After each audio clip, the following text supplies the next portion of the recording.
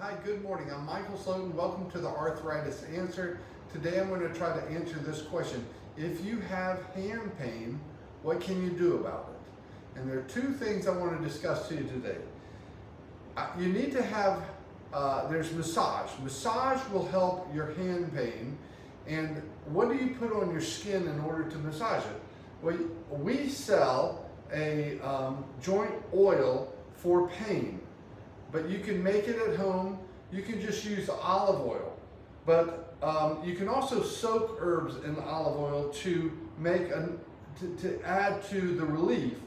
And some of the ingredients that we use is St. John's Wort.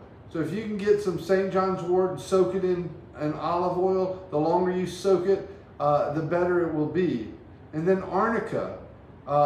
You can infuse Arnica and Comfrey and ginger and lobelia and frankincense and myrrh. These are all things that we use in this formula. And I would just put it on your hands and rub it. Rubbing your hands does a couple of things. It helps to relax the muscles, to turn them off. And in addition, it also starts to break up scar tissue, because when you're in pain, your body will actually guard you and shorten and tighten the muscles. And then when the muscles have been on for a prolonged period of time, then the body says, well, what is all this acid buildup? And it starts producing a very sticky mucus that binds tendons to tendons, and you also get tendinitis. And this is one of the reasons people get these nodules on their joints and around their hands and elbows and wrists. But also, so it's very important for you to massage the muscles going from your fingers to your shoulders so that you can improve the lymph flow. And there's actually recently been a discovery where synovial fluids from your joints themselves will flow through the tendons. And some of that is very lubricating, like hyaluronic acid that you would now they sell for for oils for your face so that you prevent aging. Anyway, it's good for your body, but you have to actually help your body to rebalance a healthy muscle. That will help you with pain. But I want you to know something else about hand pain. And hand pain is a reflection that you're asking too much of that joint because of an imbalance with the shoulders. A lot of times people won't realize it, but their body torso is rotated and one shoulder is higher than the other. And these imbalances will prevent the shoulder from working properly and then spread the distribution of work further down the line to the wrist. And the wrist, without being properly supported by the shoulders, will start to complain about the unsupported nature of its duties. And so if you want to improve your wrist and hand pain, you have got to improve your shoulder pain. And so today I want to show you some movements that definitely will help your shoulder pain. Now, I've worked with hundreds of people that have come into me and said, Michael, I have frozen shoulder and I have shoulder pain. What do I do for it? It's also why someone has elbow pain and wrist pain. They're the same thing. I'm going to put this down and I want to show you 4 things that you can do. Come with me, Christina. The first thing you can do is you can stand on a block, okay, and hang your heels off. Now I happen to have a slant board here, and that puts me into almost a maximum calf stretch. The calf muscles run from your ankles to your knees, but it also stretches my hamstrings and butt and levels my pelvis. And just standing here with my thighs tight is a great stretch for my body, but it helps me reestablish good balance between my ankles, knees, hips, and shoulders. It is not to be underestimated, very important in order to correct your hand pain. And you don't need anything fancy. You could just use any kind of step ladder where you put it against the wall and there's enough room for you to step up on the step ladder and then slide half your foot off and then hang your heels down. And use the wall as feedback to see how you are. If your head's too forward to touch the wall, don't worry about it. In time, it will come back. If there's a big sway arch in your back and it's telling you that your butt is tipped, then as you stand here, tightening your thighs, then this should get smaller and so should the space behind your neck. But it needs to be practiced every day if you want to improve your hand pain. You have to improve the structure that's supporting the hand. The second thing that you can do is to put your heel against the wall. Remember that while we're improving your posture, you'll improve the function of all your joints. So when you stand here, be mindful that your feet don't turn out, that your feet are actually parallel. And for so many people that are duck-footed, that feeling their feet straight feels like you're pigeon-toed. So take your time, look down, make sure your legs are parallel. Ankles, knees, hips, and shoulders are in line. Then I want you to perform a stretch for your fingers by bringing your fingers to the first knuckles and extending the thumb. And if I was walking on my knuckles, then I would have, greater height than this. So anyway, I want you to think about this either walking on your knuckles or the golfer's grip. If you're a golfer, then you'd put the golf club right here between your fingers and lay your thumbs down on top. So a lot of people call this the golfer's grip, but I don't want you to close your hands. I want you to open your hands like you're reading your palms. Oh, I've got good fortune. I'm going to live a long time with good health, and so will you if you do this exercise. So from here, after I have a good golfer's grip, I place my knuckles on my temple.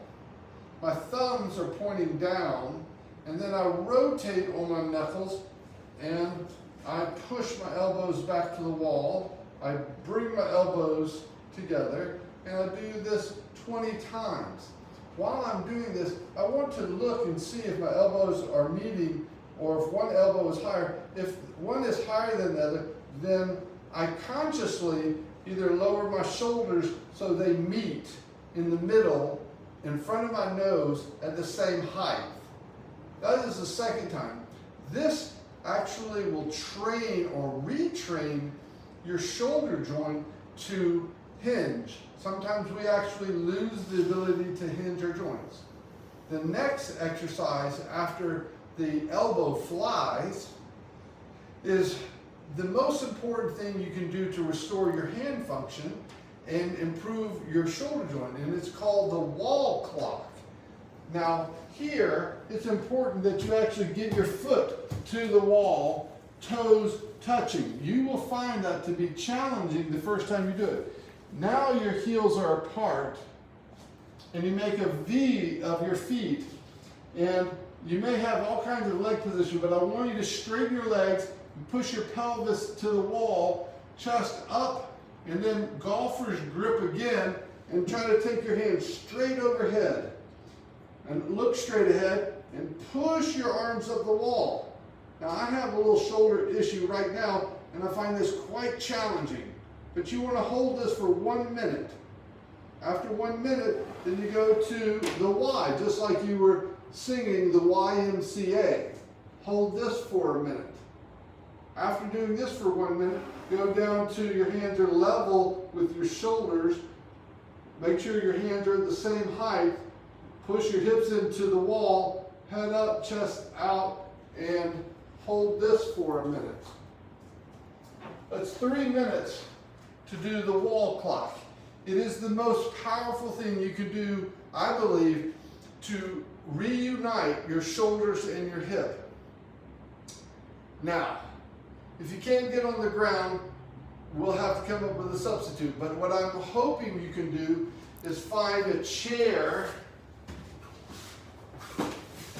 or a cooler or a counter, put one hand on it, step forward, step back with the other foot, put a hand on the counter, a hand on your knee, and go down to take a knee.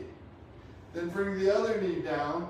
Now we're getting ready to make a transition, so we're laying on our back. I put my arms down and I turn. And this is how you get down. This is how you should get up if you need assistance. You should practice getting up and down, regardless of your age or condition, just as a safety measure in case you do fall. How do you get up? Practice this skill so that if you need it, you'll have it. From here, actually, I'm going to turn around. I am going to bring my feet towards the center of my line, close to my body. I'm going to lay back. All right, so I'm now unifying my hips and shoulders to further improve my posture so that I can relieve my hand pain. And I want to interlace my hands and stretch my arms over my head and then come up and do 10 crunches. After I've done 10 crunches, I just want to go up and down 10 times with my hands, stretching through a range of motion to the best of my ability. And after that, I want to do this again. Golfer's grip, hands or knuckles on my temple, and then do the elbow flies, and then I want my hands slightly lower than my shoulders, palms up, and I want to go ahead and spend a whole minute just laying here like this. So this exercise, at the end, you may feel like, okay, I'd like to see if I've improved any. You can do it again for a second time. What is that? 4 exercises. Stretching your calves is 1. Then doing the elbow flies is 2. Then the third thing you can do is the wall clock, where you face the wall and you're pigeon-toed. And then finally, the butterfly groin stretch with the pullover arm movements. Now, you can crunch or not crunch depending on your health. I find that if you do a crunch, that relaxes your spine, and you don't have to do the fly again, but I think that repetition actually will help your shoulders. Now, I want to thank you for watching. I hope this has been helpful, and I will bring you another video, and we will talk more about massage, movements, herbs, food, and ferments, so that you too can overcome rheumatoid arthritis. I hope this helps you feel better, and I look forward to any questions you may have. You can find us at theherbalcottage.com or on School, SKOOL, and we have a community there where it's free. We have 9 classes, and you can watch these classes to help accelerate your healing process. All right, thank you so much for watching.